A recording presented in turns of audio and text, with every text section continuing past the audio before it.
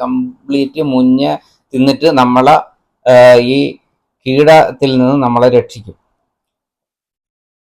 രണ്ടാമതെന്ന് വെച്ച് കഴിഞ്ഞാൽ വരുന്നത് ഇലചുരുട്ടിപ്പുഴുവാണ്. അപ്പോൾ ഇലചുരുട്ടിപ്പുഴുവിനെ കൺട്രോൾ ചെയ്യാനായിട്ട് നമുക്ക് ചുവന്ന ഉള്ളിയും പിന്നെ വിന്നാഗിരിയും കൂടി എടുത്ത് നല്ലപോലെ, ഇപ്പോൾ ചുവന്ന ഉള്ളി ചതച്ചിട്ട് 1 ലിറ്റർ വെള്ളത്തിൽ 1 ml ചുവന്ന ഉള്ളിയുടെ നീരും 1 ml വിന്നാഗിരിയും കൂടി ചേർത്ത് മിക്സ് ചെയ്ത് സ്പ്രേ ചെയ്ത് കൊടുക്കുക.